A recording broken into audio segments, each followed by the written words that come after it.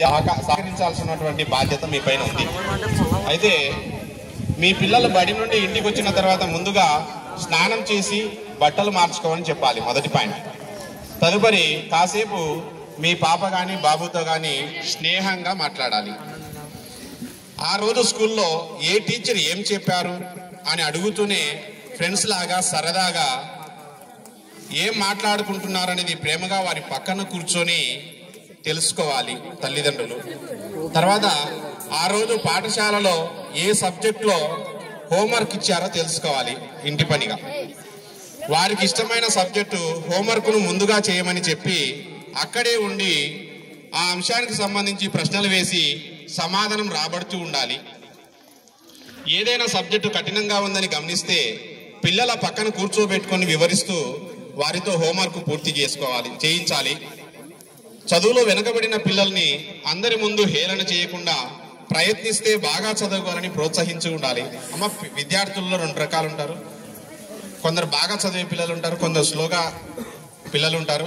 మీరు వారిని హేళన చేయొద్దండి. నువ్వు చేయగలవు, చేస్తావని ప్రోత్సహిస్తే ఖచ్చితంగా ఆ పిల్లవాడు అభివృద్ధి చెందుతాడు. వాడి మాదిరి నువ్వు చదవలేకున్నావురా అని కించపరిచి దయచేసి మాట్లాడద్దండి. ఖచ్చితంగా మీ పిల్లవాడు బాగా చదవగలడు అని ప్రోత్సాహం అనేటువంటిది ఖచ్చితంగా ఇవ్వండి. తర్వాత మీ పిల్లలు ఎవరెవరితో ఆడుకోవాలి ఇష్టపడుతున్నారో వారిని మీరు గమనించాలి. ఎవరంటే భయపడుతున్నారో అయిష్టంగా ఉన్నారో అడిగి తెలుసుకోవాలి. ఖాళీ సమయంలో పిల్లలకు మీరు చిన్న చిన్న కథలు, మీ కుటుంబంలో పెద్దల గొప్పతనం గురించి సరదాగా చెప్పాలి. మన పాఠశాల పరిసర ప్రాంతాల్లో పొగాకు ఉత్పత్తుల అమ్మకాన్ని నిషేధించినట్టుగా మేము చర్యలు తీసుకున్నాం.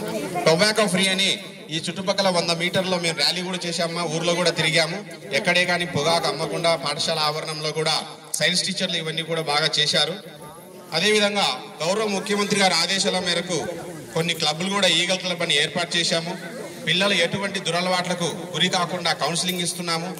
తర్వాత సచివాలయం నుంచి మహిళా పోలీసులు పిల్లలు ఎలా ఉండాలనేటువంటి అప్పుడప్పుడు కార్యక్రమాలు నిర్వహిస్తూ ఉన్నాము. తర్వాత వారికి ఎదురుగా, మా పాఠశాలకు ఎదురుగా మారక ద్రవ్యాలు దూరంగా ఉండాలంటే ఎక్కడే కానీ ఈ కార్యక్రమాలు అనేటువంటివి, అంటే పొగాకు అమ్మడం కానీ, తర్వాత ఇక్కడ విద్యార్థులకు హాని కలిగించేటువంటి వస్తువులు అమ్మకోకుండా మేము కృషి చేస్తూ ఉన్నాం. తర్వాత మీ పిల్లలకు తరచుగా కోపం, ఆందోళన గురవుతుంటే వాటి గల కారణాలు తెలుసుకొని వారితో ప్రేమగా మాట్లాడాలి.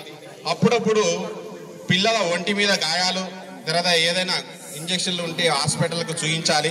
మరి ఇవన్నీ కూడా తల్లిదండ్రులు, విద్యార్థులను, మీ పిల్లలను ఇవన్నీ కూడా పాటించగలిగితే బంగారు భవిష్యత్తుగా మారుతుందని మరి ప్రభుత్వం వారు నిర్ణయించారు. మీరు కూడా ఇవన్నీ ఆచరిస్తారని మా పాఠశాల బృందం ద్వారా తెలియజేస్తున్నాను. ఈ అవకాశం ఇచ్చినటువంటి ప్రధానోపాధ్యాయులు గారికి ధన్యవాదాలు. తదుపరి వచ్చేసి